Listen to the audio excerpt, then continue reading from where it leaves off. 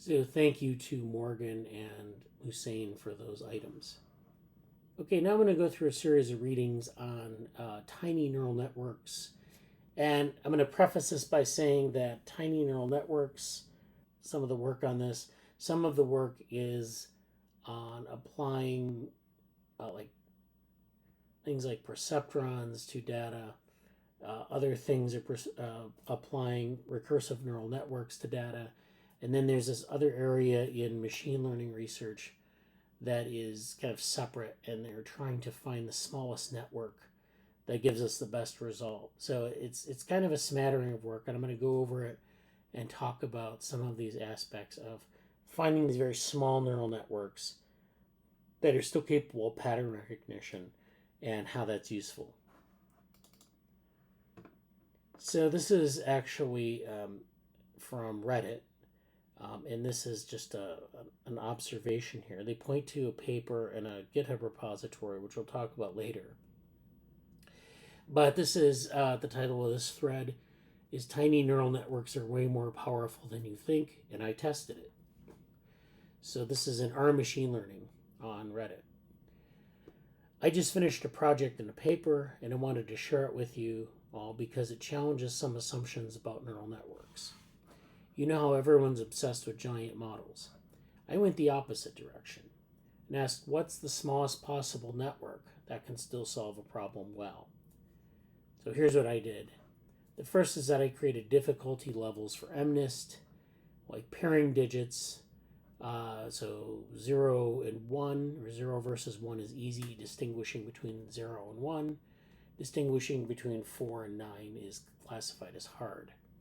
So these are just different types of problems, and how, if you have a neural network of a certain size, how well it can solve that problem. Number 2 is training tiny fully connected nets, some as small as 2 neurons, to see how capacity affects learning. So this is, again, where you have these units. They're fully connected, meaning that every unit is connected to every other unit. And then, growing that set. So you go from 2 neurons upward to see how the capacity affects learning. So the larger small networks are going to have a larger capacity than the smaller ones, going down to a minimum of 2. The third is that we pruned up to 99% of the weights, and this is, something that you can do if you start with a somewhat large neural network. So you have a bunch of units, they have connections, they're fully connected, and you expect there to be some redundancy in those connections, so you can prune them, and it should have no immediate effect on the network. It does have an effect on the robustness of the network, but then you can also prune them down quite a bit, as it turns out. And what they did in this case is they pruned up to 99% of the weight, so that's almost all of the weights. And in this case, what they're saying is that even a 95% rate of pruning, where it's an extremely sparse network, this keeps working. Again, not necessarily in a robust way, but it does keep, giving a result. It keeps that learned information. Then number 4 is that they poked it with noise and occlusions to see if over-parameterization helps robustness, and it turns out that does help robustness when you provide noise and occlusions to the data. So that's not surprising that you train a network with objects with different types of noise, different types of occlusions, basically different types of variation in the input, and it can recognize things outside of its immediate class. Okay, so that's interesting. And then so the craziest findings here, a 4-neuron network can perfectly classify zeros and ones, but it needs 24 neurons for tricky pairs like 4 versus 9. So for the easy class, you only need about a 4-neuron network, which is, I guess, 16 weights if it's fully connected. Then for 24 neurons, which is a lot more weights, you need to have that for these harder problems like 4 versus 9. So there's quite a gap in between the minimal sized networks for each of these tasks. After pruning, the remaining 5% of weights are at random, they're still focusing on human interpretable features, and they're using this tool called saliency maps, which are these heat maps that people use to look at the outputs of these networks in the weight structure. So that's basically observing that you're basically pruning it down to the sort of the essential or the minimal connections. And this is something that we know from complex networks, where not all connections are equal. Some are sort of some connections are redundant, so sometimes nodes have more than one connection to another node, either directly or indirectly. But also, and more importantly, there are these critical connections. Sometimes they're weak connectors. Sometimes they're connections, maybe there's only one connection between two nodes, either directly or indirectly, and those need to be preserved in order to have sort of this topological preservation. And in this case, this is a functional thing. The third finding, bigger networks aren't smarter, just more robust to noisy inputs like occlusion or Gaussian noise. So bigger networks, when people think about building the biggest network as possible, what they're doing is adding robustness. But what this result suggests is that the smaller networks, just maintaining a high degree of connectivity, is actually as robust as maybe bigger networks. So that trade-off of more units could just be more connections and more complete connectivity. So why does this matter? If you're deploying models on edge devices, sparsity is your friend, so you obviously want to have a very small representation. If you're deploying things in the wild, especially on things like edge devices. But again, sparsity is your friend, but redundancy is also your friend in a lot of cases. Over-parameterization might be less about generalization and more about noise resilience. So this is what we're talking about. It's not necessarily that you want to introduce, say, like noise or occlusions to generalize, although that can help you generalize. But it's also about noise resilience, which means that if you add noise into a 0 or a 1 and provide different permutations on that, it's easier to identify a 0 or 1 in its different forms. And especially if there's a noisy or degraded signal, you can identify that more quickly. And then tiny networks can be surprisingly interpretable. And so they talk about this paper on the archive, and they highlight figure 8, where there are these there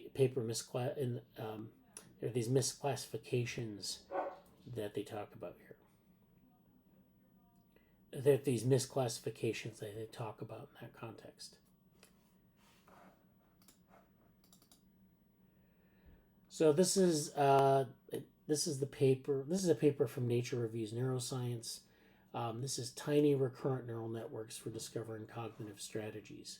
This is Li Jian, who's the author, and this was actually published in Nature Reviews Neuroscience. So this is about experimental design in neuroscience and how we can use tiny recurrent neural networks to uncover different, what they call cognitive strategies. So one of the things you find in neuroscience is you want to understand how animals learn from experience to make decisions. And so a lot of times we'll use normative modeling frameworks. So normative modeling frameworks are models where we look at the sort of the rules of decision making, or we operate from like an epistemic position where we're interested in knowing, in knowledge and how that knowledge is operated on. So we use models like Bayesian inference or reinforcement learning. So we know that, say, for example, reinforcement learning, the purpose there is to find the optimal strategy or the optimal policy for doing something, and we reinforce different policies. But this is at a level that isn't really like descriptive of any neurological process. This is a sort of a normative idea, and so this is where we can interpret how experience shapes adaptive decision making. But these kind of models are, of course, too simple to account for the finer details of biological decision making. So if we want to know something about how neurons help us make a decision, or how brain regions help us make a decision, we can't really get there from some of these normative models. And these, of course, as well as vary across individuals, so it's hard to understand individual variation. By contrast, large artificial neural networks are flexible enough to model intricate details of decision making. However, owing to their complexity, they often act as black boxes that cannot be easily understood in terms of cognitive mechanism. So this trade-off between interpretability and flexibility has limited the field's ability itself to understand the cognitive strategies behind biological decision making. So this trade-off can be resolved by using these tiny recurrent neural networks to discover cognitive algorithms that govern biological decision making. This approach involves fitting a very small, tiny RNN to the behavior of a participant in a reward learning task. We explored tasks with varying structures, lengths, and learning stages. These tiny RNNs comprise only 1 to 4 units, so these are very small. Again, these are the smallest ones that we saw in the Reddit post that they were experimenting with. And so this is very different from the hundreds of units models that we have usually in a typical artificial neural network. So you might ask, well, why, how, of what use are these very small models? They seem almost to be toy models which don't have the same predictive power as the hundreds of units models. But despite their small size, tiny RNNs have many adjustable parameters from their input and recurrent weights, allowing them sufficient flexibility to capture a wide range of behaviors while remaining simple enough to interpret. Tiny RNNs take as input the participant's recent task experience, such as previous choices and rewards. The input, through a set of weights, learned from the data from each individual, updates the unit activities, which are the dynamical variables, that summarize what the individuals learned from past inputs. So this is different from traditional modeling frameworks, which use inputs to update dynamical variables, which are values or beliefs, much more rigidly, often relying on normative assumptions and handcrafted rules. So this is where we make assumptions about the behaviors. We kind of assume the rules in advance. We set those rules in advance, and what we're doing in these small networks is we're trying to let the rules emerge from the data. And the rules might be different for each individual in the subject pool. So this is much more useful in that sense. Tiny recurrent neural networks excel when abundant data are available. So this would be thousands of trials per participant, but many human data sets contain only a few hundred trials per participant. So this is where we need to have another step here to make these tools a little bit more amenable to a wider range of experiments. To this end, we developed a knowledge distillation procedure in which a larger teacher RNN, which consists of tens of hundreds of units, was trained on pooled data from all participants, and student tiny RNNs were trained to reproduce the teacher's predictions for each individual, ensuring reliable modeling with limited data. So we have this sort of this interesting relationship between a larger neural network and these tiny neural networks. So it's the larger neural network is being trained on the data, and then it's basically trying to, the tiny networks are trying to match the teacher's predictions.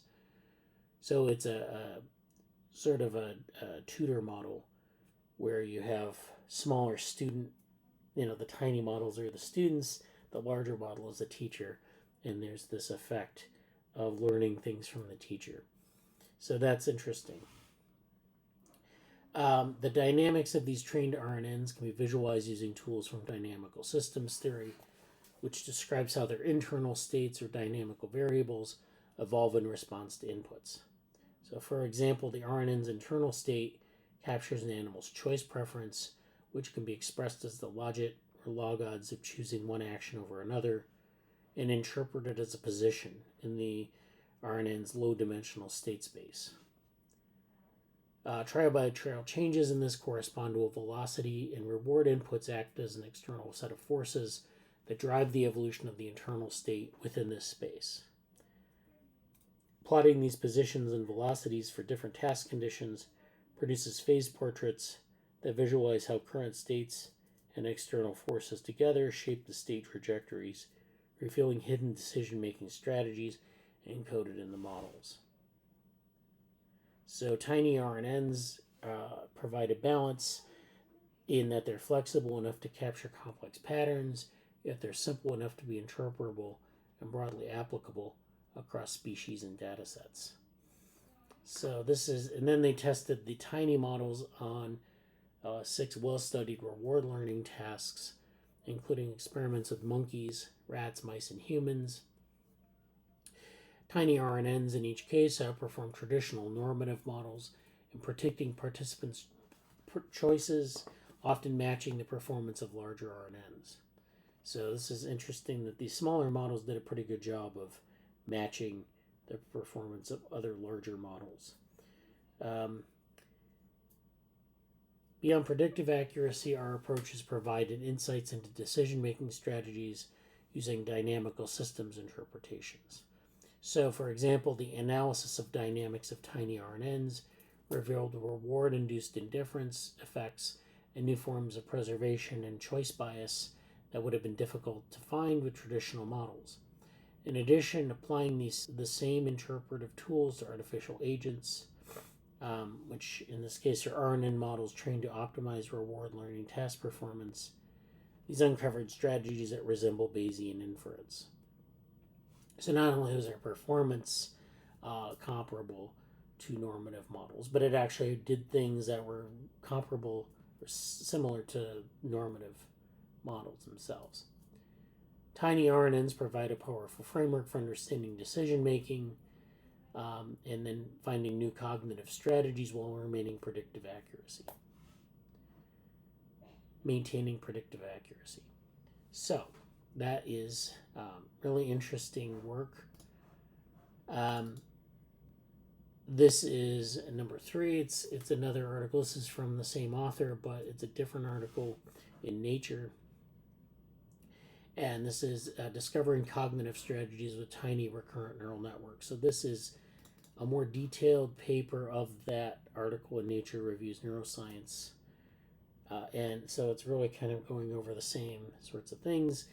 The intro here is interesting. They give a little bit more background. From early symbolic models to connectionist approaches, researchers have long sought computational models that capture the adaptive nature of animal behavior. Normative frameworks such as Bayesian inference and reinforcement learning have been particularly influential given their ability to formalize how agents accumulate knowledge from environmental interactions to make decisions, processes supported by prefrontal and striatal neural circuits. A key advantage of these models is their simplicity, as they typically have few parameters and can be easily augmented with additional assumptions, such as forgetting, choice biases, and preservation. Yet despite their simplicity and extensibility, they often lead to incorrect or incomplete characterizations of behavior due to bias and researcher subjectivity.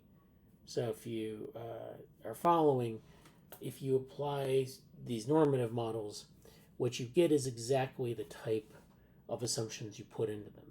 So, if you're thinking about neurodiverse populations or neuroatypical individuals, those people won't be covered under the normative framework because they violate the assumptions of the normative framework. So we need to have a system, that allows us to let rules emerge or to let sort of these assumptions emerge from the data instead of imposing them on top of the data. This is another article. This is getting a little bit away from human subjects, but this is also computational psychiatry. So this is from the journal Computational Psychiatry. And the name of this article is Using Drift Diffusion and Reinforcement Learning Models to Disentangle Effects of Depression on Decision Making versus Learning in the Probabilistic Reward Task. So let's go over the abstract. So the probabilistic reward task is widely used to investigate the impact of major depressive disorder, or MDD, on reinforcement learning. And this is biological reinforcement learning. And recent studies have used it to provide insight into decision-making mechanisms affected by MDD. The current project uses probabilistic reward task data from unmedicated treatment-seeking adults with major depressive disorder to extend these efforts in 3 ways. Number 1 is providing a more detailed analysis of standard probabilistic reward task metrics, response bias, and discriminability to better understand how the task is performed. Number 2 is analyzing the data with 2 computational models and providing psychometric analyses of both. And then 3, determining whether response bias, discriminability, or model parameters predicted responses to treatment with placebo or the atypical antidepressant bupropion. Analysis of standard metrics replicated recent work by demonstrating a dependency between response bias and response time, and in showing that rewards totals in the PRT are governed by discriminability. Behavior was well captured by the hierarchical drift diffusion model, which models decision-making processes. The HDDM showed excellent internal consistency and acceptable retest reliability. A separate belief model reproduced the evolution of response bias over time better than the HDDM, but its psychometric properties were weaker. Finally, the predictive utility of the PRT was limited by small samples. Nevertheless, depressed adults who responded to bupropion showed larger pretreatment starting point biases in the HDDM than non-responders, indicating greater sensitivity to the PRT's asymmetric reinforcement contingencies.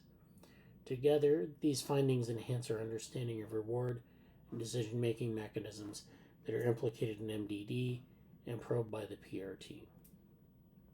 So this section talks a little bit about behavioral complexity, this section talks a little bit about behavioral complexity and how that plays a role in determining bias. So behavioral and reinforcement learning tasks can be surprisingly complex. In the PRT, which is rooted in the signal detection framework, participants must distinguish between 2 stimuli. And these are schematic mouths of similar length, and you can see this in this figure here where there's this mouth that they have to determine on a face, and then they have to identify the correct one. And so these are the schematic mouths, and correct identifications of one rich stimulus are rewarded 3 times more often than the correct identifications of the other lean stimulus, which means these stick figure faces. Consequently, participants typically developed a response bias. They respond rich more than lean, and weak response bias may be a marker of anhedonia. And many data are consistent with this proposal. Wherever research has probed neural mechanisms that support response biases, this body of work is sufficiently extensive that the PRT appears in the NIH RDOC matrix as a validated test of reward learning. Nonetheless, in a recent study comparing unmedicated adults with major depressive disorder to healthy controls, we identified 2 aspects of PRT performance that were previously unrecognized. So they use this drift model to determine the sort of response to like a reward stimulus, and so you have this decision threshold that differs, and the drift diffusion is where you have the response that kind of drifts towards these different biases over time. So you start here where the responses are basically random, and then they drift towards one response or another response over time. And so the response bias effects were not uniform. It was strong when response times were fast, but weaker when response times were slow. That indicates that the mechanisms underlying response bias likely involve preparation of fast motor actions rather than, for example, sustained stimulus evaluation. So, like I said, this is getting away a little bit from the small neural networks, but it gives you this idea of how normative models perhaps don't capture the types of things we're interested in when we deal with, experimental human behavior, other types of experimental systems. So this fourth article is how tiny neural networks represent basic functions. This is sort of an introduction to mechanistic interpretability through simple algorithmic examples. This shows how small artificial neural networks can represent basic functions. The goal is to provide fundamental intuitions about how neural networks work, and as well as give us insights into mechanistic interpretability. And this is a field that seeks to reverse engineer neural networks. So he presents 3 examples of elementary functions, describes each using a simple algorithm, and shows how algorithms can be coded into the weights of a neural network. And then the author explores if the network can learn the algorithm using backpropagation. So this article attempts to break neural networks into discrete operations and describe them as algorithms. An alternative approach, however, perhaps more common and natural, is to look at the continuous topological interpretations of the linear transformations in different layers. And so to understand topological intuition, you can use TensorFlow Playground, which is a simple tool for building basic intuition and classification tasks. ConvNet.js demo, which is a more sophisticated tool for visualizing neural networks for classification tasks, and Neural Networks, Manifolds, and Topology, a great article for building topological intuition into how neural networks work. So this is sort of the 3 elementary functions of a neural network. So these are your inputs, this is your bias, this is your nonlinear rectifier, and then this is your output y. So we have 3 components here: the inner product with the inner vector, where we add a bias term, and then where we run a nonlinear activation function. So we have sort of this input that we have to kind of figure out the input vector. We then have bias, and then we have this nonlinear activation function, which activates the parts of the network that have the weights that we want to pay attention to. So there's a Colab notebook that goes along with this if you'd like more information on this. And then he starts going through the different operators. So this is where we have our activation function and our learning function at the end, or output. We have to ask the question, how many neurons do we need to learn a certain piece of information? It's like what we talked about in the Reddit post, which is, we have to have a minimal number of units to learn a minimal number of things, or some sort of thing that we want to learn. So in this case, we have this operator here. This is the less than operator. How many neurons are required to learn the function of x being less than 10? And so write a neural network that returns 1 where the input is smaller than 10 and otherwise 0 otherwise. So this is our input x where it's smaller than 10 in every case. So we have our solution here. Let's start by creating a sample data set that follows the pattern we want to learn. So we start with an x and a y variable, and then we get this function here, which is the ground truth, where we have the step function at 10. So everything on this side of the step function is 1, everything on this side of the step function is 0. So this is a simple classification task. If x is less than 10, it is 1. If x is greater than 10, it's 0. This classification task can be solved using logistic regression, and a sigmoid is the output activation. Using a single neuron, we can write the function of sigmoid, ax plus b being the bias term, and can be thought of as the neuron's threshold. Intuitively, we can set b to 10 and a to 1 and get f equals sigmoid 10 minus x. So let's implement and run f using PyTorch. We set this up in PyTorch, and we get this ground truth, which is in blue, which is what we started out with, and then the prediction, which is the sigmoid. So the step function, of course, is a straight line at 10. The sigmoid is mostly correct, except because it's has that sigmoid shape or that S shape. It's going to predict results that are on either side of 10, just a little bit. Okay, so that looks pretty good in terms of like the ground truth. So it looks like the right pattern, but can we make a tighter approximation? So we don't want to have anything over 10 at all. And we'd prefer that all of this would be closer to a perfect accuracy. So for the sigmoid function, as the inputs approach negative to positive infinity, and outputs approach 0 to 1, the outputs approach 0 to 1 respectively.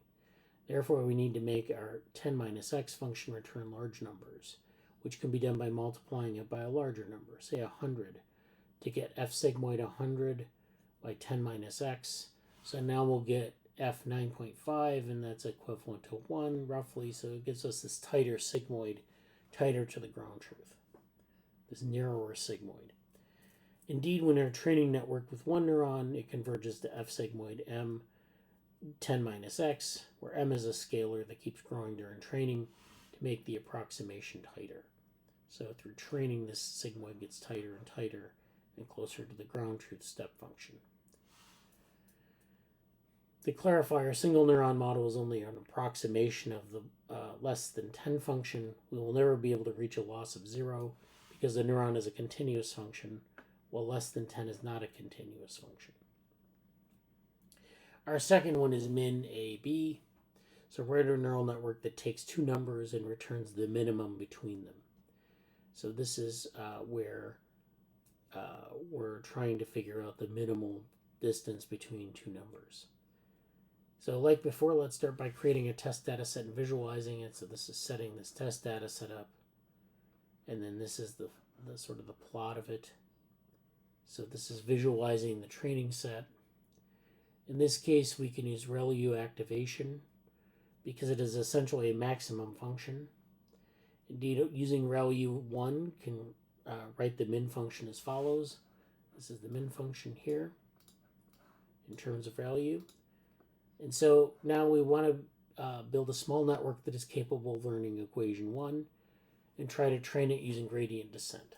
So this is our model. We're instantiating a class, and we're writing our function here that uses ReLU to evaluate this. So this is a visualization of the min model computation graph. So this is the input tensor depth, the linear depth, the ReLU depth, the category depth, and then the output tensor depth. So we train this model for 300 epochs, and that's enough to converge the model. So let's look at the model's parameters. So this is sort of the way it's set up here. We have our weights, our bias, and our output layer weights and bias. So many weights are zeroing out. We are left with a nicely looking model here. But this is not the solution we expected, but nevertheless it's a valid solution and even cleaner than what we see in equation 1. By looking at the network, we learned a new nicely looking formula. So the proof for this formula here is this proof here, and so that works out. And then our third example is even. So now we want to create a neural network that takes an integer x as an input and returns x modulus 2. That is 0 if x is even, 1 if x is odd. So this is basically an even-odd classifier. This one looks quite simple, but surprisingly it is impossible to create a finite-sized network. This one looks quite simple, but surprisingly it is impossible to create a finite-sized network that correctly classifies its integer. And this is, even true using a non-periodic activation function such as ReLU. So a network with ReLU activations requires at least n neurons to correctly classify each of 2 to the power of n consecutive natural numbers is even or odd. And so this is a proof using induction. And then there are different cases to consider there. This is the implementation. This is the ground truth here, where we try to implement this algorithm using a neural network over a small domain. We start by defining the data, and this is our ground truth. And then because the domain contains 2 to the 4th integers, we need to use 6 neurons, 5 for each of these, plus 1 output neuron. Let's build the network and hardwire the weights. This is the code here. Using this model. As expected, we can see that this model makes a perfect prediction. So this is the y prediction versus ground truth. And as expected, it doesn't generalize to new data points. We saw that we can hardwire the model, but would the model converge to the same solution using gradient descent? And so now we add gradient descent into the mix. And of course, the answer is not so easily. Instead, it is stuck at a local minimum, predicting the mean. So this is, again, where the prediction is around the mean, and it's not really picking up things very far away from the mean. It's stuck in this local minimum, and it doesn't generalize well. This is a known phenomenon where gradient descent can get stuck at a local minimum. It is especially prevalent for non-smooth error surfaces of highly nonlinear functions, such as is-even. More details are beyond the scope of the article, but to get more intuition, one can look at the many works that investigated the classic XOR problem. Even for such a simple problem, we can see that gradient descent can struggle to find a solution. In particular, I recommend Richard Bland's short book, Learning XOR, Exploring the Space of a Classic Problem, a rigorous analysis of the error surface of the XOR problem. And then some final words. I hope this article has helped you understand the basic structure of small neural networks. Analyzing large language models is much more complex, but it's an area of research that is advancing rapidly and full of intriguing challenges. Number 6 is this article from MIT Technology Review by Karen Howe, and this is Tiny 4-bit computers are now all you need to train AI. So this is again focusing on these tiny 4-bit computers, and this is an area of machine learning where they're trying to figure out the minimal size network for learning effective things, or what if we want to learn something in a model, what's the smallest model we can use. So this is an exercise in efficiency, because it works faster and it uses less energy, but it's also, of course, and for small devices, if we're using like tiny devices, but also, it has insights into what we can do with these small networks for other things. So again, the problem here is that deep learning uses a lot of energy and a lot of computational resources. And so, maybe, again, like we said in some of the earlier articles, maybe we don't need to have these massive networks. Like we said, massive networks really provide robustness, or at least that's the argument. And so, we like robustness, and we like to have, that aspect of the networks. But to learn things efficiently, we don't necessarily need that robustness, especially if there are problems that don't require a lot of generalization or robustness. So this is, and then we can also achieve robustness in other ways as well.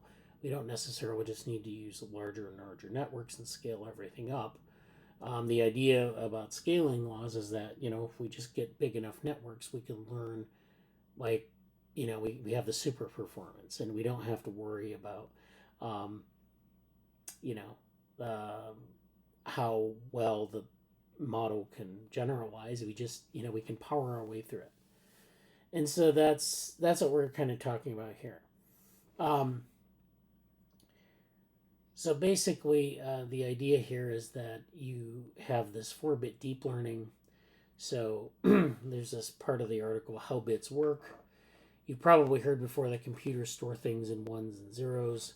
These fundamental units of information are known as bits. When a bit is on, it corresponds to the 1. When it's off, it turns into a 0. Each bit, in other words, can only store 2 pieces of information. But once you string them together, the amount of information you can encode grows exponentially. 2 bits represents 4 pieces of information because there are 2 to the second combinations, which will give you 4. 4 bits can represent 2 to the 4th, or 16 pieces of information. 8 bits can represent 2 to the 8th, and so on. So these are these fully connected networks. If we have, say, two units, we actually have 4 different combinations in those 4 weights. If we have 4 units, we can have 16 pieces of information, or 16 weights. And so we can have, as we increase the number of units, we have the scaling of an increase in the number of weights that we have.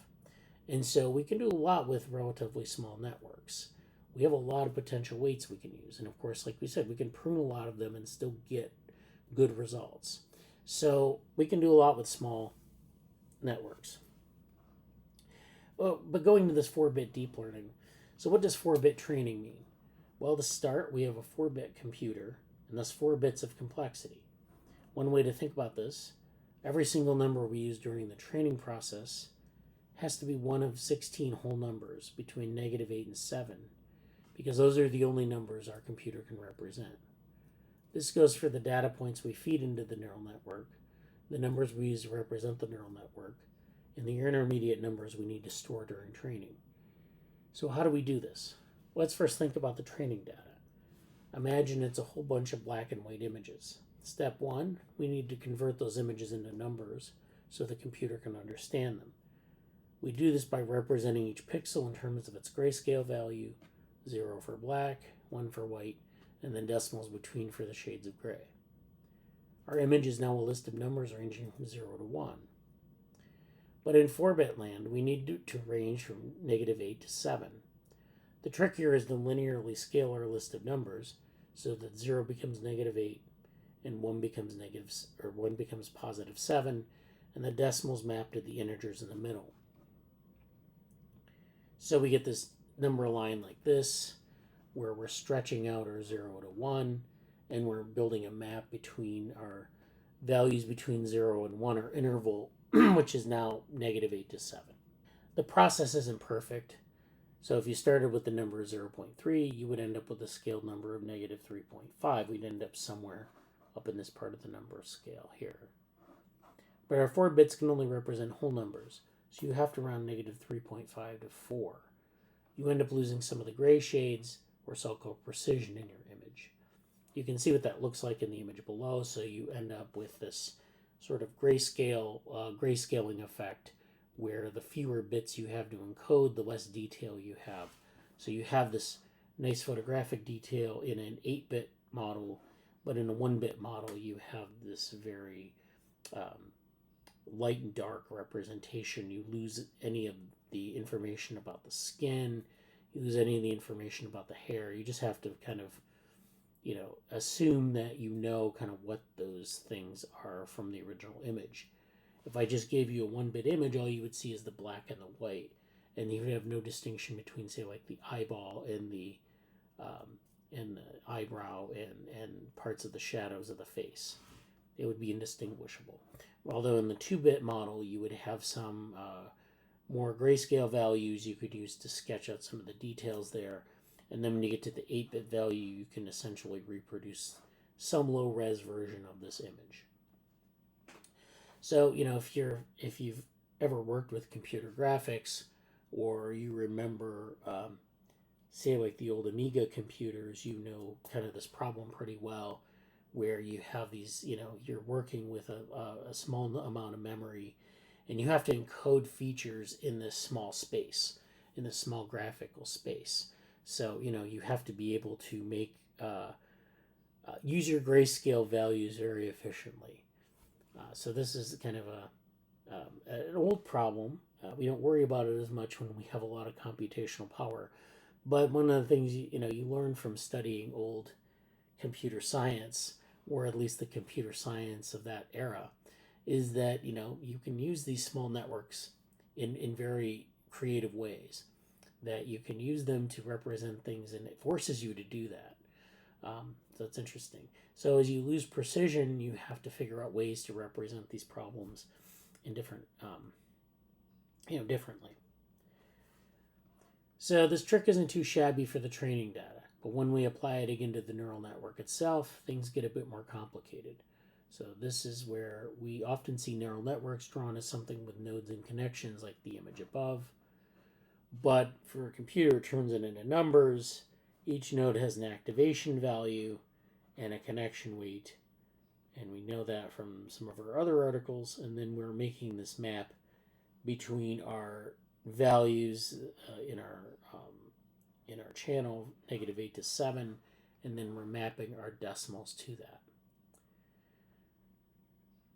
So linearly scaling numbers that span several orders of magnitude loses all the granularity at the tiny end of the scale. As you can see in this example, any number smaller than 100 would be scaled from -8 or -7. This lack of precision would hurt the final performance of the AI model. So after 2 years of research, the researchers finally cracked a puzzle. This puzzle of representational, detail with these small models. Borrowing an existing idea from others, they scaled the intermediate numbers logarithmically. To see what I mean, below is a logarithmic scale you might recognize, the so-called base of 10, using only 4 bits of complexity. The researchers instead use a base of 4 because trial and error shows this work best. You can see how it lets you encode both tiny and large numbers with bit constraints. So you can't really see it in this copy that I have here, but basically it's this putting things on a logarithmic scale and using that as a means to make this mapping. With all the pieces in place, this latest paper shows how they come together. They ran several experiments where they simulate 4-bit training for a variety of deep learning models in computer vision, speech, and natural language processing. The results show limited loss of accuracy in the model's overall performance compared with 16-bit deep learning. The process is also more than 7 times faster and 7 times more energy efficient. And so 4-bit deep learning, it really needs more work. The paper only simulates the results of this kind of training. Doing it in the real world would require new 4-bit hardware. So we really need to have a different type of hardware to really kind of capture a lot of the potential of this method. This advancement opens the door for training in resource-constrained environments. Wouldn't necessarily make new applications possible, but it would make existing ones faster and less battery draining by a good margin. So that is that article. Article 7 is this article, and I'm not going to go through the whole thing. I'm just going to talk about the abstract. This is understanding generalization, robustness, and interpretability in low-capacity neural networks. So our abstract here, although modern deep learning often relies on massive over-parameterized models, the fundamental interplay between capacity, sparsity, and robustness in low-capacity networks remains a vital area of study. We introduce a controlled framework to investigate these properties by creating a suite of binary classification tasks from the MNIST dataset with increasing visual difficulty. So this is the example we saw in the Reddit post, the paper that they pointed to, where they have these easy tasks like comparing 0 and 1, and these harder tasks like comparing 4 and 9. Our experiments reveal 3 core findings. So first, the minimum model capacity required for successful generalization scales directly with task complexity. So this is, again, we have this minimum model, and it has a capacity, and we need to, based on the task complexity, we need to maybe a larger model. So if we have a task of small complexity, we can use the smallest model possible. If the task complexity is a little bit harder, then we need to use a larger model. And by task complexity, it just means what the feature space looks like. So differentiating between a 0 and 1 is easier than a 4 and a 9 because it has maybe a larger feature space.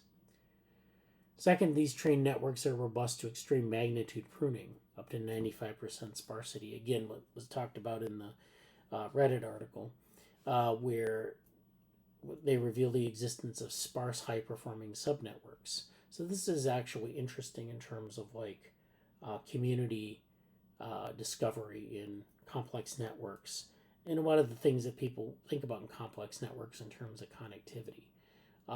You have these subnetworks sometimes that are sparsely connected to other networks, but they do actually play an important role in the overall topology of the network.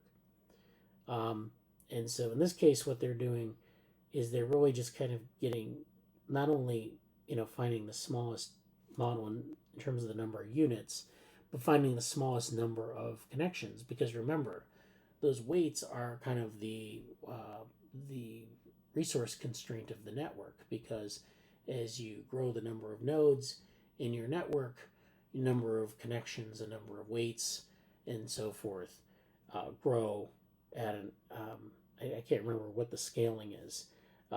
It's somewhere between exponential and super exponential. So it's definitely a memory constraint. Third, we show that overparameterization provides a significant advantage in robustness against input corruption. So again, we want this robustness. We can have this overparameterization, which comes at the cost of a larger network, but we do want some overparameterization, and we can get it maybe through having more connectedness, but really we just need to kind of figure out ways to introduce overparameterization without too much, without the models being too big. And the reason we do this is to have robustness. So really, if we can achieve robustness without massively skilling up the network, that's what we want. Interpretability analysis via saliency maps further confirms that these identified sparse subnetworks preserve the core reasoning process of the original dense models. So overall, this work provides a clear empirical demonstration of foundational trade-offs governing simple neural networks. So really, this is, given our discussions about post-transformer topologies and networks, this is really interesting, because we said, well, why do you want to move on from transformers? And it turns out that transformers are very large models, that if we could find smaller models, we could improve the performance. Well, we could definitely improve the efficiency of the models. We might even be able to improve the performance of models if we can figure out ways to at least maybe match, say, the robustness of a transformer with a smaller model overall. So massive models like transformers and deep convolutional networks have pushed the boundaries of performance across many challenging tasks. This progress often comes at the cost of heavy computational resources and all of that, and they often operate as black boxes. So if we had smaller networks, we could, say, make that process interpretable. We could have smaller networks that use less energy, use less memory, and figure out ways to make them more robust. Their lack of transparency makes them less suitable for scenarios where resources are limited, and understanding the model's reasoning is critical. So they say smaller networks can serve as an effective and efficient alternative, and so they basically talk about a lot of the same things that we've already talked about in some of the other articles. And then finally, this article here is the GitHub repository for low-capacity neural networks. So this was the GitHub repository linked to in the original Reddit post, where this is where they're kind of looking at low-capacity neural networks and how small they can go. So tiny neural networks can solve MNIST binary tasks even after 95% weight pruning, and overparameterization boosts robustness, not just accuracy. And then, so some of the things that are interesting about this is that you can do this, what they call brain surgery for neural networks. You can prune 95% of the weights and still have a functional network.